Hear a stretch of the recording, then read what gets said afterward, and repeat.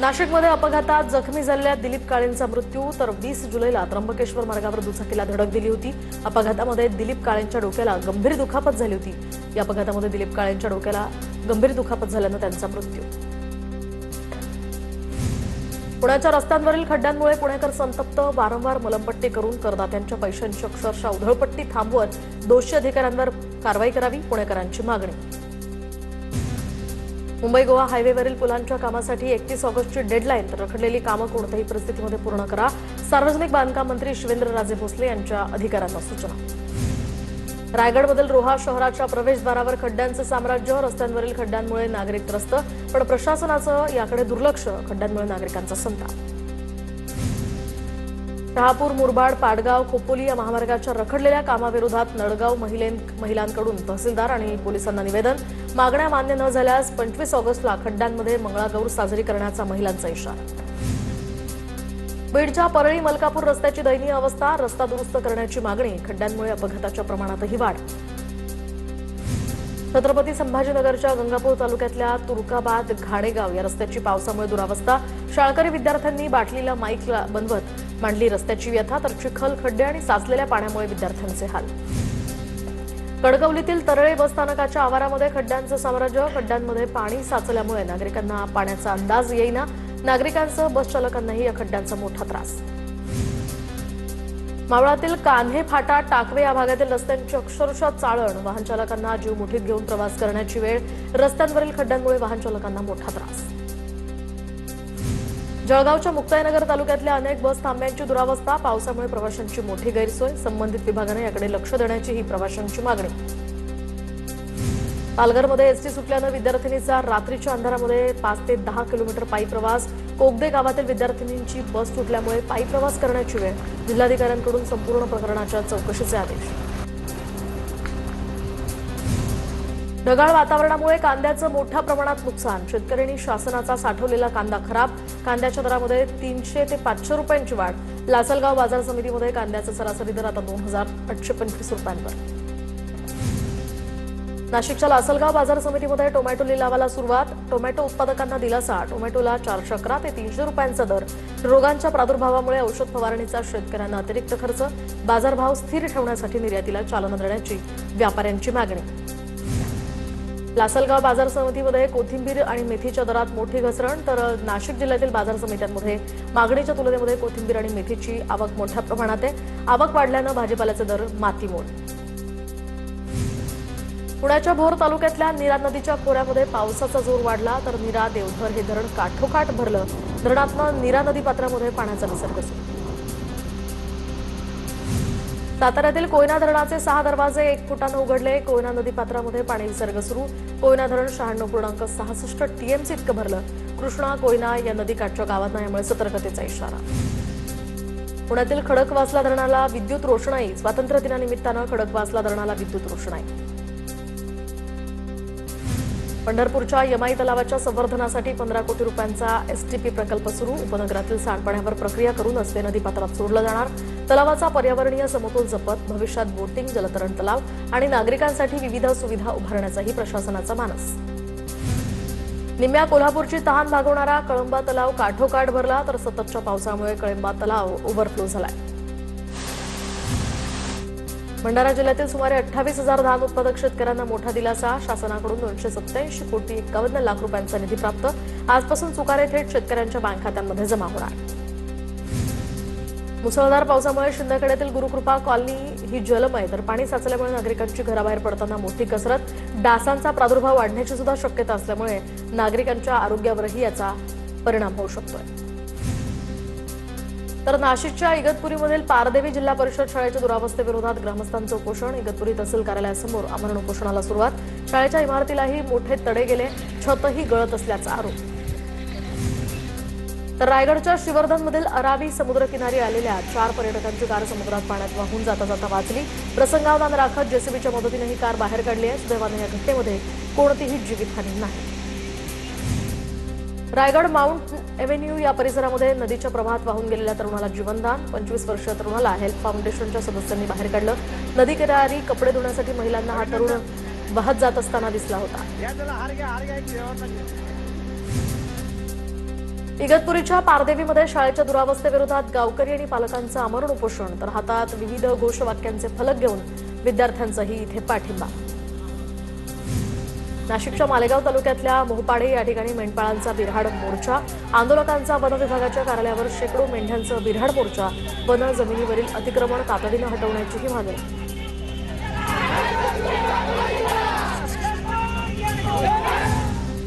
अहिल्यानगरच्या श्रीरामपूरमध्ये शेतकऱ्यांचा एल्गार, ब्रिटिश काळापासून प्रलंबित असलेल्या जमिनींच्या प्रश्नासाठी 9 गावातील शेतकरी रस्त्यावर उतरले. 7,500 एकर जमीन मूळ मालकांना परत देण्याचीही मागणी. मागण्या मान्य न झाल्यास सदर जागेवर कब्जा करण्याचा इशारा. कराडमधील माजी सैनिकांना वैद्यकीय सुविधा देणारे ECHS पॉलिक्लिनिक हे 12 दिवसांपासून बंद, तर याविरोधात माजी सैनिकांकडून निषेध मोर्चा. OIC यांना हटवू नये अशी आंदोलकांची यावेळी मागणी. तर मुख्यमंत्री देवेंद्र फडणवीस यांच्या उपस्थितीमध्ये छत्रपती संभाजीनगरात तिरंगा रॅली. मोठ्या संख्येनं नागरिक या तिरंगा रॅलीमध्ये सहभागी. ड्रोनच्या माध्यमातून घेतली तिरंगा रॅलीची दृश्य. तर हर घर तिरंगा अभियानाअंतर्गत अहिल्यानगरच्या राहाता नगरपालिकेकडून सुद्धा तिरंगा रॅलीचं आयोजन. हातात तिरंगे घेऊन नागरिक यामध्ये सहभागी. भारत माता की जय, वंदे मातरमच्या घोषणांनी या ठिकाणी परिसर दुमदुमला. रत्नागिरीच्या खेड शहरामध्ये भर पावसात भव्य तिरंगा रॅली, तर देशभक्तीपर घोषणांनी शहर दुमदुमलं. विद्यार्थी आणि सर्वधर्मीय नागरिक या ठिकाणी मोठ्या संख्येनं सहभागी. नंदुरबारच्या घोटाणे गावामध्ये हर घर तिरंगा अभियानाअंतर्गत भव्य तिरंगा रॅली, तर माजी खासदार डॉक्टर हिना गावित यांच्या उपस्थितीमध्ये रॅलीचं आयोजन. रॅलीमुळे गावात देशभक्तीचं वातावरण. स्वातंत्र्यदिनी डोंबिवलीमध्ये 35,000 चौरस फुटांचा भव्य तिरंगा घेऊन 15,000 विद्यार्थी आणि 25,000 नागरिक तिरंगा रॅली काढणार. तर घारडा सर्कल ते दत्तनगर पर्यंतच्या रॅलीचा 150 फूट उंच ध्वजस्तंभावर ध्वजारोहणानं समारोप होणार. विश्वविक्रम रचण्याचा आयोजकांचा दावा. हतनूर धरणाला स्वातंत्र्य दिनाच्या पार्श्वभूमीवर आकर्षक विद्युत रोषणाई. हतनूर धरणाचे 6 दरवाजे उघडले. 12,000 क्युसेकनं पाण्याचा विसर्ग तापी नदी पात्रात सुरू. भंडाऱ्यामध्ये निघाली भव्य तिरंगा पदयात्रा, तर हातामध्ये तिरंगा घेऊन शेकडो विद्यार्थी आणि नागरिक यामध्ये सहभागी. भाजप नेते परिणय फुके पदयात्रेत सहभागी. पुण्यामध्ये मल्लिकार्जुन खरगे यांच्या समर्थनार्थ काँग्रेसचं आंदोलन. उत्तराखंडमध्ये मल्लिकार्जुन खरगेंची रॅली. ही रॅली संपल्यानंतर त्यासाठी भाजपनं गोमूत्र शिंपडलं होतं. दरम्यान या कृत्याचा निषेध म्हणून आज आंदोलन करण्यात आलं. मल्लिकार्जुन खरगे यांच्या अपमानाच्या घटनेच्या निषेधार्थ वर्ध्यातही काँग्रेसच्या वतीनं आंदोलन. वर्ध्यातील गांधी पुतळ्याजवळ काँग्रेस पदाधिकारी आणि कार्यकर्त्यांचं आंदोलन. तर चंद्रपूर, गोंदिया आणि भंडाऱ्यामध्ये पदवीधर निवडणुकीच्या पार्श्वभूमीवर रवींद्र चव्हाण ॲक्शन मोडमध्ये. रवींद्र चव्हाणांकडून प्रचाराचा आणि सभांचा धडाका. संघटनात्मक जिल्ह्यांच्या बैठकांमध्ये पदाधिकाऱ्यांचा उत्स्फूर्त प्रतिसाद. नांदेडमध्ये पंजाबचे माजी उपमुख्यमंत्री सुखबीर सिंग बादल यांना वाचवणाऱ्या PI संतोष केंद्रे यांना रुग्णालयातनं डिस्चार्ज. पोलीस निरीक्षक केंद्रे यांनी बादल यांच्यावर झालेला हल्ला स्वतः झेलला होता. संतोष केंद्रे यांच्या हाताला यावेळी दुखापतही झाली. महाराष्ट्रातील 36 पोलीस अधिकारी कर्मचाऱ्यांना राष्ट्रपती पदक जाहीर. तर पोलीस दलातील गुणवत्तापूर्ण सेवेसाठी हे राष्ट्रपती पदक जाहीर करण्यात आले. अमराठी रिक्षा टॅक्सी चालकांना कुठलीही मुदतवाढ नाही. परिवहन मंत्री प्रताप सरनाईकांचा पुनरुच्चार. अमराठी रिक्षा टॅक्सी चालकांना मराठी शिकण्यासाठी 15 ऑगस्ट हा शेवटचा दिवस. तर 18 ऑगस्टपासून मराठी न बोलणाऱ्या रिक्षा टॅक्सी चालकांवर कारवाई होणार. सरनाईकांचा इशारा. पुण्यामध्ये दैवी शक्तीच्या नावाखाली अल्पवयीन मुलींचं लैंगिक शोषण. बंधू स्वप्नील लांडेचा स्वतःकडे दैवी शक्ती असल्याचा दावा. लोकांच्या श्रद्धेचा गैरफायदा घेत मुलींचं लैंगिक शोषण. आरोपी पुण्यातील बिबवेवाडीचा रहिवासी असून फरार असल्याची माहिती. पुण्यातील भोंदूचा व्हिडिओ व्हायरल. तर शिष्य भोंदूचे पाय धुवून ते पाणी पितानाचा व्हिडिओ व्हायरल. भोंदू उमेश तगुंदे याचा दुधानं पाय धुत असल्याचा हा व्हिडिओ. कुंभमेळा बनावट वर्क ऑर्डर प्रकरणी जळगावच्या जामनेर शहरातील आणखी 3 तरुण नाशिक पोलिसांच्या ताब्यात. पोलिसांनी 6 ते 7 जणांची चौकशी केल्याची माहिती. जामनेर शहरातील आणखी काही तरुण नाशिक पोलिसांच्या रडारवर.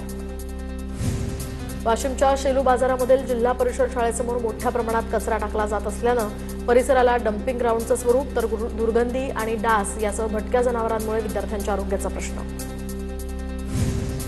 तुळजाभवानी मंदिरातील अजब कारभार समोर. भाविकांनी दिव्यामध्ये ओतलेल्या तेलाची पुन्हा भाविकांना विक्री. मंदिर परिसराच्या 200 मीटरवर तेल विक्रीला बंदी असताना सुद्धा भाविकांची लूट. तुळजाभवानीच्या भाविकांकडून तीव्र नाराजी व्यक्त. तुळजाभवानी मंदिराचं मुख्य प्रवेशद्वार आजपासून 3 दिवस बंद. सलग सुट्ट्या आणि संवर्धनाच्या कामांमुळे मंदिर संस्थांचा हा निर्णय. धर्मदर्शन, मुखदर्शन आणि 300 देणगी पासधारकांना बिडकरी पायरी आणि काळभैरव मार्गे मंदिरात प्रवेश. सोलापूरच्या माढ्यामध्ये अल्पवयीन मुलीवर लग्नासाठी दबाव टाकल्याप्रकरणी गुन्हा दाखल. शाळकरी मुलीवर लग्नाचा दबाव टाकून फोटो व्हायरल करण्याची धमकी दिली. मुलीचा पाठलाग करत तिच्या कुटुंबियांनाही धमकी दिली. माढा पोलीस ठाण्यामध्ये गुन्हा दाखल. अहिल्यानगरच्या श्रीरामपूरमधील हॉटेल व्यावसायिक हत्या प्रकरणी उद्यापासून कुटुंबियांचं बेमुदत धरणे आंदोलन. हॉटेल व्यावसायिक आकाश दुबैया यांची भर दिवसा हत्या झाली होती. आरोपींवर मकोका अंतर्गत कारवाई करण्याची कुटुंबियांची मागणी. बीडमध्ये मयत विलास घोलेच्या नातेवाईकांनी बीड जिल्हाधिकारी कार्यालयासमोर रास्ता रोखलाय. तर न्याय मिळत नसल्याचा आरोप करत महिला नातेवाईक यावेळी आक्रमक. गेल्या 10 दिवसांपासून घोले कुटुंबियांचं आमरण उपोषण सुरू आहे. मालेगावात मेंढपाळांचं आंदोलन चिघळलं. मोहपाड्यामधील वन जमिनीवरील अतिक्रमण हटावे या मागणीसाठी मेंढ्यांसह वन कार्यालयामध्ये घोषणाचा प्रयत्न. तर शहरातील कॅम्प रोड पूर्णपणे यामुळे बंद होता. भंडाऱ्याच्या दुसाळामध्ये झोपेत असताना विषारी सापानं दंश केल्यानं 45 वर्ष राजेश पुडके यांचा उपचारादरम्यान मृत्यू. सुरुवातीला उंदीर चावल्याचा अंदाज होता, मात्र प्रकृती बिघडल्यानंतर सर्पदंश झाल्याचं स्पष्ट. कोरपडीची शिकार करणाऱ्या एका टोळीला वनविभागानं ठोकल्या बेड्या. पवनी वनक्षेत्रांतर्गत येणाऱ्या सावंगी मोजा या ठिकाणी नागपूर वनविभागाची ही कारवाई. श्रीरामपूर शहरातील वाढत्या गुन्हेगारीला आळा घालण्यासाठी आता पोलीस प्रशासनाकडून मोहीम हाती. पोलीस अधीक्षक एम सुदर्शन उद्या व्यापाऱ्यांच्या समस्या जाणून घेणार. नागरिकांनी आपल्या तक्रारी मांडण्याचं पोलिसांचं आवाहन. नंदुरबार जिल्ह्यातल्या विसरवाडीमध्ये बायोडिझेलच्या काळ्या बाजारावर एलसीबीची मोठी कारवाई. 2,17,00,000चा मुद्देमालही जप्त. गुजरातमधून धुळ्याकडे जाणारे बायोडिझेलचे 3 टँकर पोलिसांनी सापळा रचत पकडले. परभणीच्या चुडावा पोलीस ठाण्याच्या हद्दीमध्ये अवैध देशी दारूचा साठा जप्त. चुडावा पोलिसांची देशी दारूची वाहतूक करणाऱ्या पिकअपवर कारवाई. तर 1,44,000चा अवैध देशी दारूचा साठा या ठिकाणाहून जप्त. लातूरच्या उदगीर जवळील एका लॉजवर पोलिसांकडून छापा. 5 महिलांसह 10 जणांना ताब्यात घेतलं. आर्थिक आमिष दाखवून वेश्या व्यवसाय सुरू केल्याची माहिती पोलिसांना मिळाली होती. दरम्यान राज्यातील विविध भागांमधून महिलांना या लॉजवर आणलं जात असल्याचाही संशय. तळेगाव शहर पोलिसांकडून गुन्हेगारी पार्श्वभूमी असलेल्या आरोपींच्या घरावर धडक कारवाई. तर 3 ठिकाणच्या झडतीमध्ये 2 गावठी कट्टे, 6 जिवंत काडतुसं असा 5,58,000चा मुद्देमाल जप्त. 25 आरोपींच्या तपासणीमध्ये 3 गुन्हे दाखल. कबनूर गोळीबार प्रकरणामध्ये पोलिसांनी आणखी 6 आरोपींना ताब्यात घेत न्यायालयामध्ये हजर केले. न्यायालयानं सर्वांना पोलीस कोठडी सुनावली. यापूर्वी पोलिसांनी 2 बंदुका, जिवंत काडतुसं आणि बंदूक बनवण्याचं कच्चं साहित्य जप्त केलं होतं.